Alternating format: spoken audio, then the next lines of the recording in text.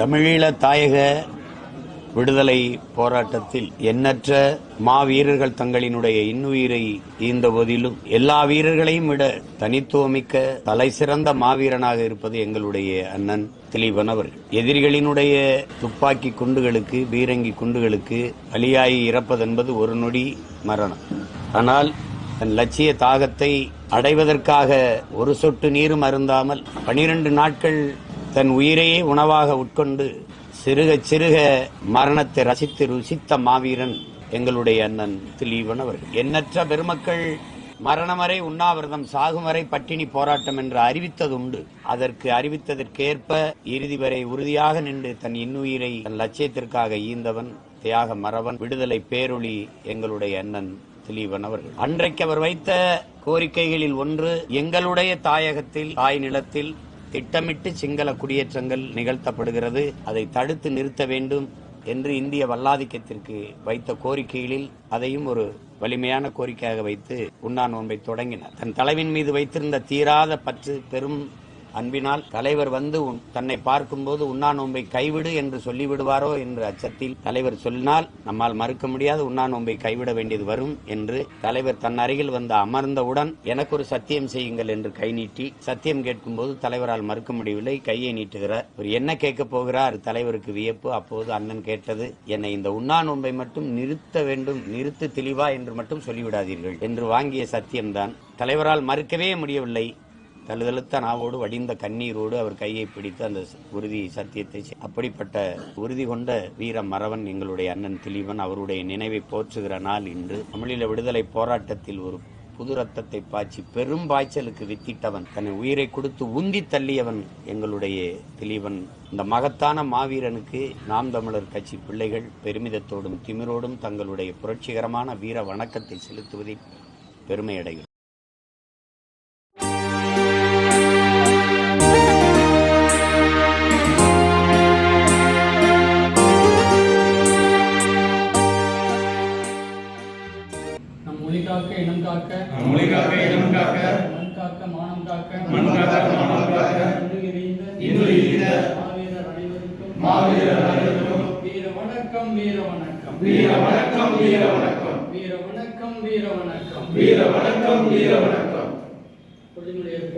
மொழியாகி எங்கள் மூச்சாகி முடிசூடும் எம் தமிழ் மீது உறுதி, வழிகாட்டி எம்மை உருவாக்கும் தமிழர் வரலாற்றின் மீது உறுதி, விழிமூடி துயில்கின்ற வீர வேங்கைகள் மீதும் உறுதி, இனிமேலும் ஓயோம் இழிவாக வாழோம் உறுதி. வென்றெடுப்போம் தமிழர் உரிமைகளை, கட்டி எழுப்போம் தமிழர் உலகத்தை. வென்றாக வேண்டும் தமிழ், ஒன்றாக வேண்டும் தமிழர். தமிழால் இணைந்து நாம் தமிழராய் நிறுவோம். நாம் தமிழர்.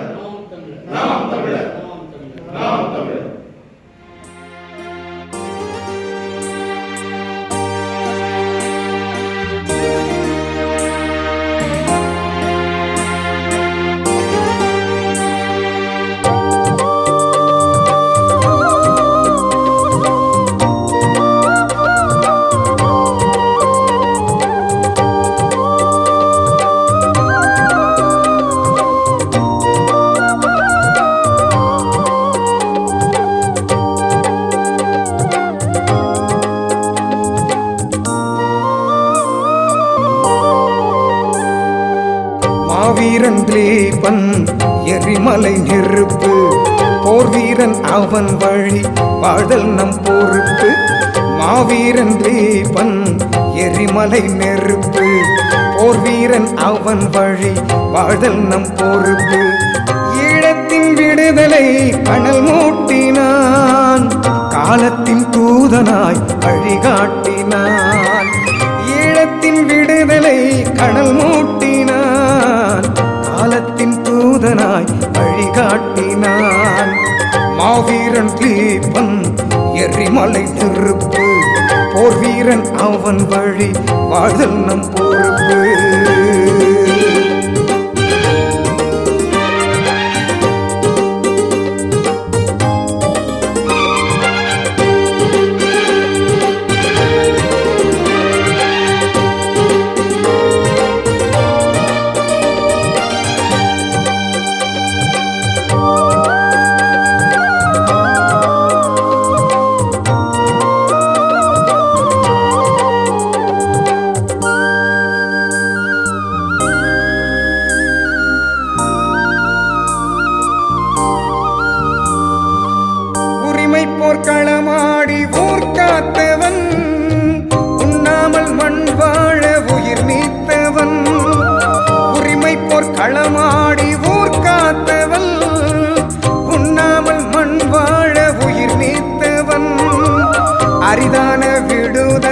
தவம் செய்தவன், அடக்கு முறை பேயின் தலை கொய்தவன், அரிதான விடுதலை தவம் செய்தவன், அடக்கு முறை பேயின் தலை கொய்தவன், மாவீரன் கிரேப்பன் எரிமலை நெருப்பு, போர் வீரன் அவன் வழி வாழ்தல் நம் பொறுப்பு.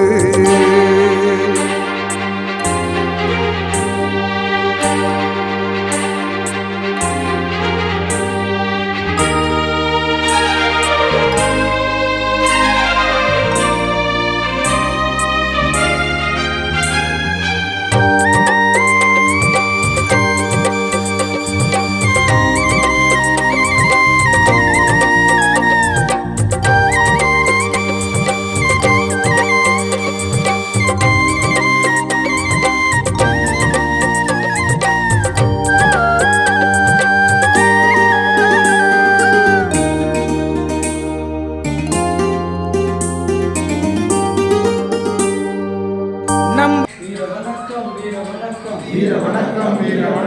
வீர வணக்கம் வீர வணக்கம் வீர வணக்கம் வீர வணக்கம் யாக தீபம் திலீபனுக்கு யாக தீபம் திலீபனுக்கு வீர வணக்கம் வீர வணக்கம் வீர வணக்கம் வீர வணக்கம் வீர வணக்கம் அறவழியில் போராடிய அறவழியில் போராடிய உயிரை கொடுத்த திலீபனுக்கு உயிரை கொடுத்த திலீபனுக்கு வீர வணக்கம் வீர வணக்கம் வீர வணக்கம் வீர வணக்கம் தன் உயிரை விடவும் தன் உயிரை விடவும் இடத்தின் உரிமை மேலென்று இனத்தின் உரிமை மேலென்று உணர்த்திய திலீபனுக்கு உணர்த்திய திலீபனுக்கு வீர வணக்கம் வீர வணக்கம் வீர வணக்கம் வீர வணக்கம் உறுதியேற்போம் உறுதியேற்போம் உறுதியேற்போம் உறுதியேற்போம் திலீபன் கண்ட கனவினை திலீபன் கண்ட கனவினை நனவாக்க உறுதியேற்போம் நனவாக்க உறுதியேற்போம் வீர வணக்கம் வீர வணக்கம் வீர வணக்கம் வீர வணக்கம் ஈகை பேரொழி திலீபனுக்கு ஈகை பேரொழி திலீபனுக்கு வீர வணக்கம் வீர வணக்கம் வீர வணக்கம் வீர வணக்கம் வீர வணக்கம் செலுத்துகின்றோம் வீர வணக்கம் செலுத்துகின்றோம் நாம் தமிழர் செலுத்துகின்றோம் நாம் தமிழர் செலுத்துகின்றோம் வீர வணக்கம் செலுத்துகின்றோம் வீர வணக்கம் செலுத்துகின்றோம் சீமான் தம்பிகள் செலுத்துகின்றோம் சீமான் தம்பிகள் செலுத்துகின்றோம் வீர வணக்கம் செலுத்துகின்றோம் வீர வணக்கம் செலுத்துகின்றோம் பிரபாகரன் பிள்ளைகள் செலுத்துகின்றோம் பிரபாகரன் பிள்ளைகள் செலுத்துகின்றோம் வீர வணக்கம் வீர வணக்கம் வீர வணக்கம் வீர வணக்கம் யாக தீபம் திலீபனுக்கு யாக தீபம் திலீபனுக்கு வீர வணக்கம் வீர வணக்கம் வீர வணக்கம் வீர வணக்கம் நாம் தமிழர் நாம் தமிழர் நாம் தமிழர் நாம் தமிழர் நாம் தமிழர் நாம் தமிழர் நம்புங்கள் தமிழீழம் பூக்கும் என்றான், நாடு நம் விடுதலை பார்க்கும் என்றான். நம்புங்கள் தமிழீழம் பூக்கும் என்றான், நாடு நம் விடுதலை பார்க்கும் என்றான். தம்பி என்னும் தீபம் சுடரும் என்றான், தமிழீழப் போர் என்றும் தொடரும் என்றான். தம்பி என்னும் தீபம் சுடரும் என்றான், தமிழீழப் போர் என்றும் தொடரும் என்றான். மாவீரன் கிளீபன் எரிமலை நெருப்பு, போர் வீரன் அவன் வழி வாழல் நம் பொறுப்பு.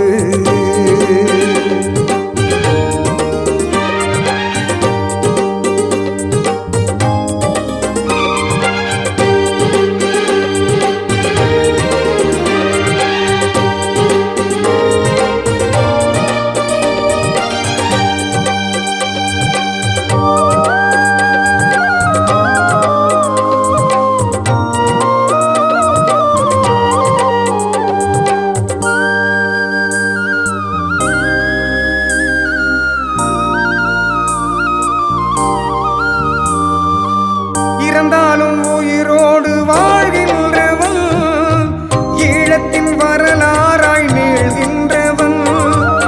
இறந்தாலும் உயிரோடு வாழ்கின்றவன், ஈழத்தின் வரலாறாய் நீள்கின்றவன். சிறந்த மாவீரனாய் திகழ்கின்றவன், திசினாலும் வாயார புகழ்கின்றவன். சிறந்த மாவீரனாய் திகழ்கின்றவன், திசைனாலும் வாயார புகழ்கின்றவன். மாவீரன் கிளீபன் திருப்பு முனையாக அமைந்தது ஈகை பேரொழி திலீபனின் அந்த உயிர் இயக்கம்.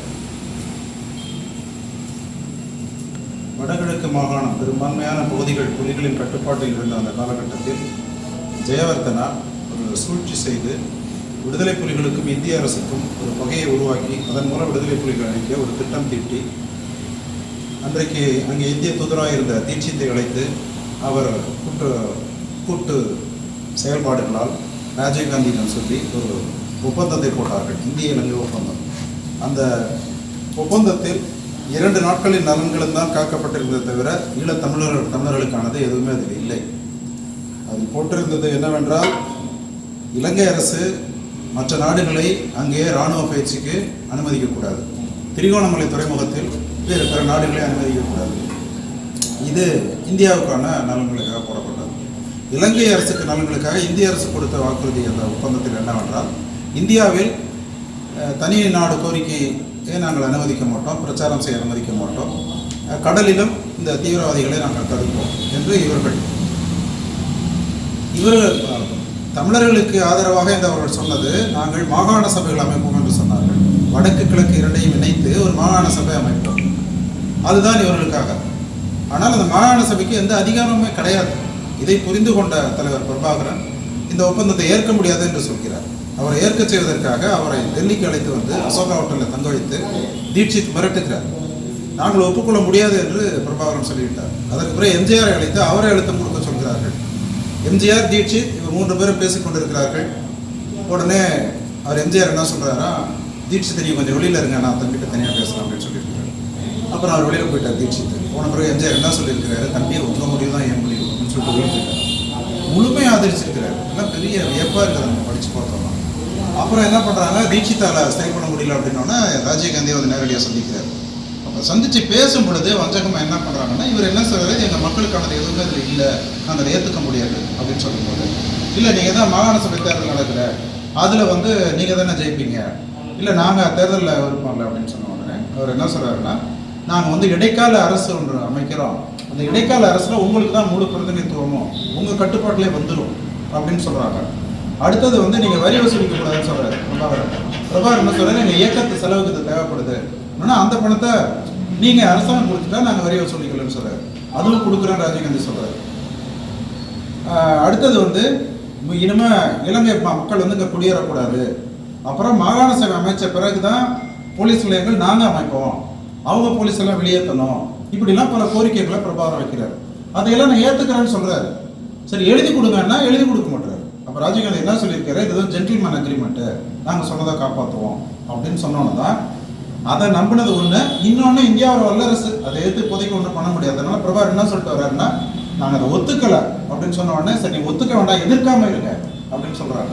நாங்கள் ஒத்துக்கவும் இல்லை எதிர்க்கவும் இல்லை, இருந்தாலும் நம்ம மக்களை ஆலோசித்து தான் நான் சொல்ல முடியும் சொல்லி இவர் வந்துடுறாரு. இவர் டெல்லியில் வச்சபடியே இங்கே வந்து ஒப்பந்தம் அவங்க போடுறாங்க. இங்கே வெளியிலே வர முடியல, ஒப்பந்தம் போட்ட பிறகு தான் இவர் வந்து விமானம் மூலம் அனுப்புகிறாங்க. அப்போ அவங்க போய் சுடுமலையில் அவர் பேசுகிறாரு. அப்போ அவர் என்ன சொல்கிறாருன்னா, இந்த ஒப்பந்தம் வந்து இந்திய அரசு வந்து எங்களோட போட்டிருக்கு, எங்கள் சம்மதம் இதில் இல்லை, இருந்தாலும் நாங்கள் இந்தியாவை பகச்சிக்க விரும்பலை, இந்தியா நாங்கள் வந்து அன்பாக தான் இருக்கிறோம், அதனால் என்னைக்கு அவங்க எங்கள் ஆயுதத்தை ஒப்படைக்க சொன்னாங்களோ ஆயுதத்தை ஒப்படைச்சிட்டோமோ, இனிமேல் எங்கள் மக்களின் பாதுகாப்புக்கு இந்தியா தான் பொறுப்பு, இந்திய ராணுவம் தான் பொறுப்பு அப்படின்னு சொல்லி அன்றைக்கி மக்கள்கிட்ட அங்கீகாரம் வாங்கிடுறாரு. அடுத்தது என்ன நடக்குதுன்னா, அவங்க என்ன பண்ணுறாங்கன்னா, இந்த போட்டி ஆயுத குழுக்கள் இருக்குல்ல, அவங்கள இந்தியாவில் மட்டும் நாங்கள் இறக்குறாங்க, அவங்களுக்கு ஆயுதத்தை கொடுக்குறாங்க. ராஜீவ்காந்தி வாக்குறுதி அளித்தபடி சிங்கள குடியேற்றங்களை நிறுத்தலை, குடியேற்றம் வந்துக்கிட்டே இருக்கு. தமிழ் பயங்கரவாத சட்டத்தின் கீழ் சிறையில் அடைக்கப்பட்ட கைதிகளை விடுவிக்கிறேன்னு சொல்கிறாரு, விடுவிக்கலை. அப்போ தான் பிரபாகரன் வந்து ஒரு 5 கோரிக்கைகளை அவங்களுக்கு கொடுக்குறாரு. ஒன்று வந்து பயங்கரவாத தடை சட்டத்தில் கைது செய்யப்பட்ட தமிழர்களை விடுவிக்கணும், அவங்க குடியேற்றத்தை வந்து நிறுத்தணும், மாகாண சபை அமைத்த பிறகுதான் நிர்வாக நடவடிக்கைகளை மேற்கொள்ளணும், மாகாண சபை அமைத்த பிறகு போலீஸ் வந்து எங்கள் கட்டுப்பாட்டில் இருக்கணும், அப்புறம் வந்து அவங்க இலங்கையோட போலீஸ் அங்கே இருக்குல்ல, அவங்களோட ஆயுதங்களை எல்லாம் நீங்கள் வாங்கிடணும். இந்த 5 கோரிக்கைகளை வைக்கிறது. இதை வந்து இலங்கை அரசு ஏற்கலை, தீட்சித்தையும் ஏற்கலை. அப்போ தான் திலீபன் வந்து இந்த போராட்டத்தை முன்னெடுக்கிறார். ஏன்னா அவங்களுக்கு வந்து நல்லா தெரியுது, இந்திய அரசு வந்து நம்ம காப்பாற்றுறதுக்காக வரலை, நம்மளை அழிக்க தான் வந்திருக்குன்றது. ஆனால் மக்கள் ஆதரவோடு அதை எதிர்த்து தான் நம்ம வெல்ல முடியும். இப்போ மக்களின் ஆதரவை பெறுவதற்கு என்ன பண்ணுறதுன்னு யோசிச்சு தான் திலீபன் இந்த யோசனை சொல்கிறாரு. ஏன்னா இந்தியா வந்து காந்தி நாடு, அது அகிம்சை, எல்லாம் நம்ம துப்பாக்கி இவ்வளோ நாள் சண்டை போட்டோம், அவங்களுடைய ஆயுதத்தை வச்சு அவங்களை எதிர்ப்போம், அதன் மூலம் நான் இறந்தாலும் நம்ம தமிழ், ஏன்னா ஈழத்தமிழ் மக்கள் என்ன பண்றாங்க, இந்திய ராணுவம் வரவேற்கிறாங்க, நமக்கு பாதுகாப்பு வந்திருக்கு, நம்மளை காப்பாற்றுன்னு சொல்லி முதலத்தையும் வரவேற்கிறாங்க. ஆனால் அதற்கு பிறகு ஒரு மாதத்தில் இது மாதிரி எதிராக போன உடனே இவங்க மக்களின் ஆதரவை திரட்டுவதற்கு அதே நேரம் கடைசி முறையாக கேட்டு பார்ப்போம் அப்படின்றதுக்கு தான் இந்த உண்ணாவிரத போராட்டமே தொடங்கணும். செப்டம்பர் 15ஆம் தேதி 12 நாள் ஒரு சொட்டு தண்ணீர் குடிக்காம 26ஆம் தேதி காலை 10:30க்கு இறந்துடுறாரு. ஆனால் இவங்க திரும்ப இவங்க வந்து கேட்குறாங்க, நீங்கள் வந்து ஒரு வாக்குறுதி கொடுங்க, திலீபன் நிறுத்திடுவோம் அப்படின்ட்டு. தீட்சித்து உடாப்படியாக வரவே மாட்டேன்றது வந்து திலீபன் வந்து பார்க்கவே இல்லை, இந்த கோரிக்கைகளை நிறைவேற்றணும்னு சொல்லலை. அப்போ தான் திலீபன் சாகும் தருவாயில் இருக்கும்போது பிரபாகரனை வந்து கூப்பிடுறாங்க, தலைவரை வந்து தீட்சித்தை வந்து பலாலி விமானத்துக்கு கூப்பிடுறாரு. அங்கே போய் பேசிகிட்டு இருக்கும் பொழுதே இங்கே இறந்த பிறகு அவர் நாங்கள் ஏற்றுக்கணும்னு அறிவிக்கிறார். ஆனால் அதையும் அவங்க செயல்படுத்தலை. அதனால் இதுதான் இந்த திலீபன் நடத்திய போராட்டத்தின் பின்னணி. அதனுடைய விளைவு என்னன்னா, ஒரு போராட்டம் ஆரம்பித்த உடனேயே வடகிழக்கு பகுதி முழுவதும் மக்கள் அந்தந்த ஊரில் அவங்க உண்ணாவிரதம் இருக்கிறாங்க. சில பேர் ஒரு நாள் உண்ணாவிரதம், சில பேர் சாகுமுறை உண்ணாவிரதம். அதனால ஒரு மாபெரும் மக்கள் எழுச்சி, இந்திய அமைதி காப்பு படை வந்து நம்மளை காப்பாற்ற வரல, நமக்கு எதிராக செயல்படுதுன்றத மக்கள் மனசுல பதிய வைக்கிறதுக்கு இந்த 12 நாட்கள் வந்து புலிகள் வந்து பயன்படுத்தினாங்க. எல்லா இடத்துலையும் கிட்டத்தட்ட 5 லட்சம் பேர் அன்னைக்கு வந்து ஊர்வலத்தில் வந்துருக்காங்க. அதனாலதான் அதற்கு பிறகுதான் இவங்க வந்து நம்ம இந்திய அமைதி காப்பு படை நம்மளை பாதுகாக்க வரல அப்படின்னு மக்களுக்கு உணர்த்திடுறாங்க. அடுத்த ஒரு 7 நாள் 10 நாள்ல தான் அந்த 13 பேர் நம்ம புலிகள் இலங்கையிலிருந்து கப்பலில் படகுல வரும்பொழுது சிங்கள ராணுவம் கைது பண்ணி அவங்க பலாலி ராணுவம் அவங்க கொண்டு வச்சுட்டு கொழும்பு கொண்டு போகிறேன்னு சொல்கிறாங்க. அங்கே கொண்டு போனால் சித்திரவதை பண்ணுவாங்கன்னு சொல்லி அங்கேயே செயல்படுத்தி பண்ணி இறந்துடுறாங்க. அதற்கு பிறகு தான் பிரபாகரன் வந்து நேரடியாக போட அறிவிக்கிறார், இந்திய அறிவிக்கிறார். அதனால் இந்த திலீபனின் ஏன் இதுக்கு பண்ணார், என்ன இதுக்காக பண்ணாங்க, அதனுடைய விளைவு வந்து அதற்கு பிறகுதான் நாங்கள் பெரும் மக்கள் எழுச்சி, இந்திய அமைதியை படைக்கு எதிரான போர் தொடங்குது. அதுலேயும் வந்து இவங்களால் அவங்களை அழிக்க முடியல, இன்னும் அந்த போராடி பார்த்துட்டு இந்திய ராணுவம் திருப்பி வந்துச்சு. இதெல்லாம் வந்து வரலாறு.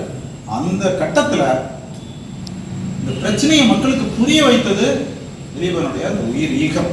இல்லைன்னா புலிகள் மட்டும்தான் இந்தியா நமக்கு எதுன்னு நினச்சிருப்பாங்க. அந்த ஈழத்தமிழ் மக்கள் வந்து அதை புரிஞ்சிருக்காரு.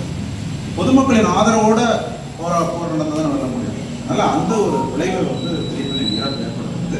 அவர் வந்து ஒரு மருத்துவ மாணவர், மருத்துவக் கல்லூரி மாணவனாக இருக்கும் பொழுதே இந்த போராட்டத்தில் தன்னை ஈடுபடுத்திக்கிட்டாரு. அரசியல் பிரிவு செயலாளராக இருக்கார். என்ன வயசுல பாருங்க, புலிகள் இயக்கத்தில் அரசியல் பிரிவு செயலாளராக வந்து திலீபன் இருந்தார். அவருடைய சில உரைகள்லாம் நீங்கள் காணொலி பார்த்தீங்கன்னா தெரியும். இவ்வளோ சிறப்பாக நம்ம யாழ்ப்பாணம் பல்கலைக்கழகத்துக்கு முன்னாடி பேசுவார். அதே மாதிரி அவர் தன்னுடைய உடலையும் மருத்துவக் கல்லூரிக்கு ஒப்படைக்க சொல்லிட்டார். கடைசியாக அந்த 2 லட்சம் 5 லட்சம் பேர் ஊர்வலமாக போய் யாழ்ப்பாணம் மருத்துவக் கல்லூரிக்கு அவர் உடலை ஒப்படைச்சாங்க. அந்த வகையில் அவருடைய அந்த தன்னுடைய மண்ணையும் இனத்தையும் மொழியையும் காப்பதற்காக அந்த அரசியல் போராட்டத்தின் அந்த கட்டத்தில் எது தேவைப்பட்டதோ அதை செய்த அது திட்டமிட்டு அவர் ஏதாவது திட்டமிட்டு தலைவர் கேட்கிறார், நான் இது மாதிரி இருக்கிறேன் அப்படின்னு. தலைவர் வந்து வேண்டாம்னு சொல்றாரு, ஆனால் அவர் மறுத்துறாரு. உண்ணாவிரதத்துக்கு போறதுக்கு முன்னாடி அவர் என்ன சொல்றாருன்னா, அண்ணா நான் ஒரு சொட்டு தண்ணீர் கூட குடிக்க மாட்டேன், தயவு செஞ்சு எனக்கு கொடுத்துடாதீங்க, கட்டாயப்படுத்தி நான் மருத்துவமனை கொண்டு போய் சமையல்லாம் ஏற்றிடாதீங்க, அப்படி என்னை அவமானப்படுத்திடாதீங்க. நினைவிளக்க தருணத்திலே கேட்கிறாங்க, அப்பயும் மறுக்கிறார். இது மாதிரி உலகத்துல யாருமே ஒரு சொட்டு தண்ணீர் கூட இல்லாமல் பண்ண நாட்கள் இருந்தது கிடையாது. அது அந்த அரசியல் மிகப்பெரிய திருப்புமுனை ஏற்படுத்தியது. அப்புறம் இந்திய அமைதி காப்படைக்கு எதிராக விடுதலை புலிகள் போராடி அந்த முழு பகுதியை தன்னுடைய கட்டுப்பாட்டில் தான் வச்சுருந்தாங்க. அதெல்லாம் பின்னாடி நடந்த வரலாறு. அதனால அவரிடமிருந்து நாம் கற்றுக்கொள்ள வேண்டியது, நம்ம இன விடுதலை போராட்டத்தில், ஏன்னா இங்கே வந்து ஆயுத போராட்டம் கிடையாது, அரசியல் போராட்டம், தேர்தல் அரசியலில். இதில் நம்ம என்ன செய்யணுமோ அவரை மாதிரி முழு அர்ப்பணிப்போட செயல்படணும். ஏன்னா இது அப்பையிலேருந்தே மணியரசன் எல்லாம் சொல்லுவாங்க அப்படின்னா, தமிழ்நாட்டில் அவங்களுக்கு ஆதரவான ஒரு அரசாங்கம் அமைஞ்சாதான் அவங்க வந்து அங்கே விடுதலை பெற முடியும், நம்ம அதுக்கு உதவியாக இருக்க முடியும். அவங்களே போராடி தான் அவங்க விடுதலை பெறணும், ஆனால் நம்முடைய ஆதரவு வேணும். அப்படின்னா இங்கே ஈழ விடுதலைக்கு ஆதரவான ஒரு அரசு அமையணும். அது நாம் தமிழ் கட்சி மட்டும்தான் அதை அமைக்க முடியும். யாரும் அதுக்கு ஆதரவாக நிச்சயமாக செயல்பட மாட்டாங்க. ஏன்னா இங்கே இருக்கிற அத்தனை கட்சிகளும் ஒன்றிய அரசுக்கு அடிமைகள், அவங்களை எதிர்த்து ஒன்றுமே பண்ண மாட்டாங்க. நம்ம தான் அரசு அதிகாரத்தை நம்ம கைப்பற்றினால் மக்களிடம் முதல்ல ஆதரவு கருத்தை நம்ம உருவாக்கும். ஏன்னா இன்னைக்கு கூட நீங்கள் பார்த்தீங்கன்னா எத்தனை பேருக்கு இழப்பு தெரியும், ரொம்ப இதுதான் அந்த படுகொலை ஒரு இறக்கத்தை ஏற்படுத்தினது. ஆனால் முழுமையான போராட்டத்தை பற்றி, ஏன்னா இப்பயே கேட்குறவங்க இருக்கிறாங்க, நாங்கள் பிழைக்க போகிறவங்க தானே ஏன் கேட்குறாங்க, இன்னுமே இவங்க புரிதலை ஏற்படுத்தலாம். ஒரு சில நம்மளாட்ட தமிழ் தேசிய அமைப்புகள் ஒரு சிறு வட்டத்தில் ஏற்படுத்திக்குமே தவிர பெரும்பான்மை மக்களுக்கு இன்னும் கூட தெரியாது. நாம் அரசை கைப்பற்றினால் முதல்ல மக்கள்கிட்ட அந்த பிரச்சனை இந்த நம்ம மக்களுக்கு உணர்த்துவோம். 7 கோடி மக்கள் இருக்கிறாங்க, அதில் 5 கோடி மக்கள் இதுக்கு ஆதரவாக திரண்டால் ஐநா சபை பயப்படும், தீர்மானம் போடுவோம், இந்திய அரசு பயப்படும். இந்த 7 கோடி மக்கள் இருக்க ஒரு மாநிலம் விட்ட முடியாது.